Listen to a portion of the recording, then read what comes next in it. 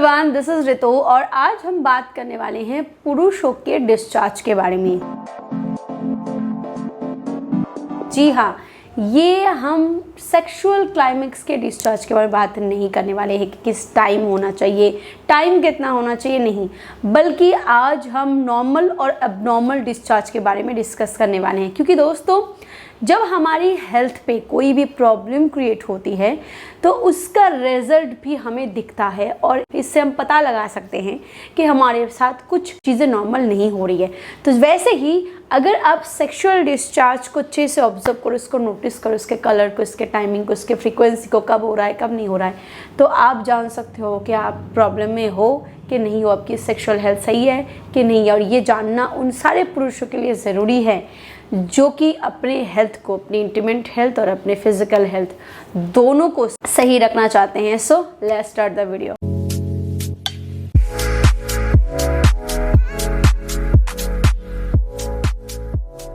देखिए दोस्तों, ये जो पुरुषों का डिस्चार्ज होता है, पहले हम बात करते हैं कि नॉर्मल केस में क्या होता है।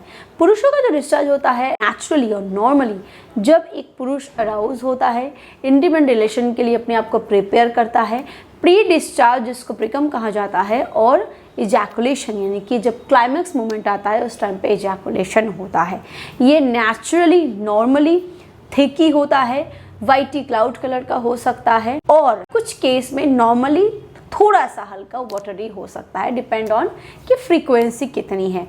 ये नॉर्मल डिस्चार्ज है। अदरवाइज नॉर्मल यूरिनेशन कोई डिस्चार्ज नहीं है, बट उसका भी अगर टाइमिंग ठीक हो तो वो नॉर्मल है। अदरवाइज कुछ पुरुष ऐसे होते हैं जब वो फैंटेसाइज होते हैं, कुछ चीज़ों को लेके फैंटेसाइज होते हैं, उस टाइम पे भी अगर सेल्फ स्टिमुलेशन हो, उस टाइम पे भी डिस्चार्ज होना बिल्कुल नॉर्मल है। इन सारे केस में डिस्चार्ज होना विथ वाइटी क्लाउडी कलर और मिल्की कलर, ये बिल्कुल नॉर्मल है। पर दोस्तों, एबनॉर्मल डिस्चार्ज कब होता है और किस केस में? दोस्तों, एबनॉर्मल डिस्चार्ज जो है वो दो तरीके की होती है, दो टाइमिंग पे होती है। सबसे पहले बात करते हैं इसके टाइमिंग के बारे में। जी हाँ दोस्तों, मैंने पहले कहा कि जब कोई पुरुष अराउज होता है, क्लाइमेक्स मोमेंट पे पहुंचता है या फिर सेल्फ स्टिमुलेशन के केस में डिस्चार्ज होना नॉर्मल बात है। ये प्री डिस्चार्ज हो सकता है या फिर इजैकुलेशन हो सकता है।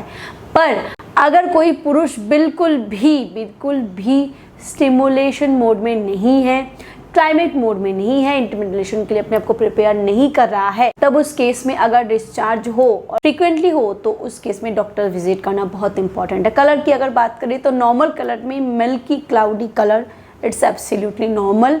अदरवाइज अगर ये ग्रीनी कलर हो रहा है, येलो कलर हो रहा है, इसमें से स्मेल आ रही है, तो वो एबनॉर्मल है। और ये किस केस में होता है? अगर एसटीआई की प्रॉब्लम, एसटीडी की प्रॉब्लम, गॉनोरा या किसी भी तरीके की ऐसी सीवियर इन्फेक्शन के टाइम पे, अदर्स टाइम पे भी डिस्चार्ज होता है। और ये एसटीआई की प्रॉब्लम जो है ये अदर्स एरिया पे भी स्प्रेड हो सकता है और जिसकी वजह से इनफर्टिलिटी एंड अदर्स प्रॉब्लम भी क्रिएट हो सकती है और इसके चलते पेनफुल इंटीमेसी और इरिटेशन हो सकती है। ये तो हो गया एक तरीके का एबनॉर्मल डिस्चार्ज, जहाँ पे आप कलर देख के एबनॉर्मलिटी पता कर सकते हो टाइमिंग को लेके, यानी कि without stimulation, without intimate relationship अगर डिस्चार्ज हो रहा है तो वो नॉर्मल नहीं है। आप सीवियर इन्फेक्शन आपको हुआ है और इस केस में doctor visit is very much important. और इस केस में हाइजीन का ध्यान देना बहुत इंपॉर्टेंट है। हाइजीन की वजह से या दूसरी रीजन की वजह से ये प्रॉब्लम्स हो सकती है। Doctor visit very much important. और दूसरा एबनॉर्मल डिस्चार्ज होता है जो है थिन डिस्चार्ज, यानी कि नॉर्मल जो डिस्चार्ज होता है वो मिल्की होता है, मिल्की कलर का होता है, क्लाउडी कलर का हो सकता है या फिर थोड़ा लिटिल बिट थिन हो तो प्रॉब्लम नहीं है। बट अगर पुरुषों को थिन डिस्चार्ज हो रहा है, बिल्कुल ही पतला वाटरी डिस्चार्ज हो रहा है, तो भी वो नॉर्मल नहीं है। एंड दैट केस हो सकता है कि आपकी स्पर्म काउंट कम हो रही है। इसके अलावा लाइफस्टाइल फैक्टर की वजह से भी हो सकता है, न्यूट्रिशन डिफिशियंसी की वजह से भी हो सकते हैं। अगर आप खान पान का ध्यान नहीं दे रहे हो, अच्छा हेल्दी डाइट आप नहीं ले रहे हो, तब भी ये प्रॉब्लम आप फेस कर सकते हो। क्योंकि सीमन जो बनता है, ये डिस्चार्ज जो बनता है, वो डेफिनेटली आपकी बॉडी बना रही है। WHO ये नहीं कहता कि अगर सीमन का जो कंसिस्टेंसी है वो बिल्कुल पतला है तो आप प्रॉपर इनफर्टाइल हो, बट डेफिनेटली स्टडीज ये बताती है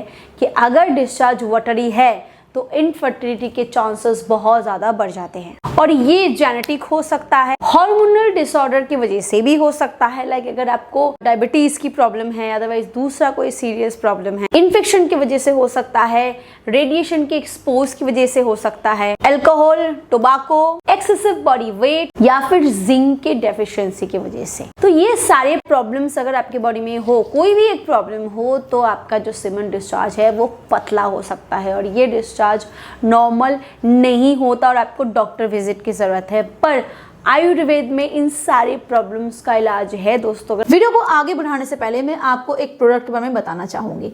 अगर आपको जल्दी गिरने की समस्या है, आपका बहुत ही जल्दी गिर जाता है, बेड पे आप बिल्कुल भी लंबा नहीं टिक पाते हो, ना आप खुद सेटिस्फाइड हो पाते हो, ना आप अपने फीमेल पार्टनर को सेटिस्फाइड कर पाते हो, तो आप जोस्टिक कैप्सूल का इस्तेमाल कर सकते हो। ये एक ऐसी आयुर्वेदिक सप्लीमेंट है जो तेजी से आपके जल्दी गिरने की समस्या को ठीक करने में मदद करता है। इसमें अश्वगंधा, सफेद मूसली, अकरकरा, शतावरी, कंचबीज, शिलाजीत, सलाम पंजा, गोक्षुरा, काली मूसली, तिवांग वसम और लौह वसम जैसे इंग्रेडिएंट्स डाले गए हैं जो आपके जल्दी गिरने की समस्या को तेजी से सॉल्व करने में मदद करता है और साथ ही साथ ये आपके हाइपर सेंसिटिविटी को भी रिड्यूस करने में मदद करता है। तो अगर आप इसका इस्तेमाल करना चाहते हो तो डिस्क्रिप्शन बॉक्स में आपको इसके लिंक मिल जाएगी, आप चेकआउट कर सकते हो। अदरवाइज स्क्रीन पे जो नंबर है उस पर कॉल करके भी आप इसको ऑर्डर कर सकते हो। चलिए आगे बढ़ते हैं वीडियो की तरफ। और इसके अलावा दोस्तों, अगर आपको एबनॉर्मल डिस्चार्ज को अवॉइड करना है तो आपको कुछ चीज़ों पे ध्यान देना बहुत ज़रूरी है। सबसे पहला, फ्रीक्वेंट डिस्चार्ज से आपको दूर रहना है। बहुत सारे पुरुष ऐसे होते हैं जो इतना फ्रीक्वेंट डिस्चार्ज करता है, लाइक मास्टरबेशन या फिर नॉर्मली, जिसकी वजह से उनकी जो सीमन है उसमें पतलापन आता है। डेफिनेटली सीमन हर सेकेंड रिड्यूस हो रहा है, पर उसके प्रोडक्शन में भी समय लगता है। तो अगर आप फ्रीक्वेंट डिस्चार्ज करोगे तो धीरे धीरे आपके डिस्चार्ज पतला होने लगता है।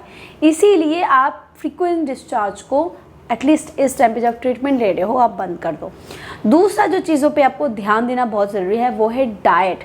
दोस्तों, न्यूट्रिशन डिफिशिएंसी बहुत ही मेजर रीज़न होता है आपके सीमन के पतलापन का, क्योंकि जब आपकी न्यूट्रिशन डिफिशिएंसी होती है तो बॉडी जो टेस्टोस्टेरोन है वो स्पर्म काउंट प्रोड्यूस नहीं कर पाता। इसके अलावा दोस्तों, हार्मोनल इम्बैलेंस भी बहुत मेजर रीज़न होता है इसके पीछे। तो हार्मोनल इम्बैलेंस को ठीक करने के लिए एटलीस्ट कोशिश करें रात को प्रॉपर स्लीप लेने की, और डॉक्टर से आप कंसल्ट कर सकते हो अगर आपको सीरियस बेस पे ऐसा हो रहा है। दोस्तों, बहुत ज़्यादा स्ट्रेस, डिप्रेशन भी हार्मोनल इम्बैलेंस का कारण बन सकता है। तो अपने टेस्टोस्टेरोन लेवल को ठीक रखें। जब आप खान पान को ठीक रखोगे, जिंक डेफिशिएंसी को दूर करोगे, तो नेचुरली आपकी बॉडी में टेस्टोस्टेरोन प्रोडक्शन बढ़ेगा और ये जो हार्मोनल इम्बैलेंस है ये भी क्योर होने लगता है।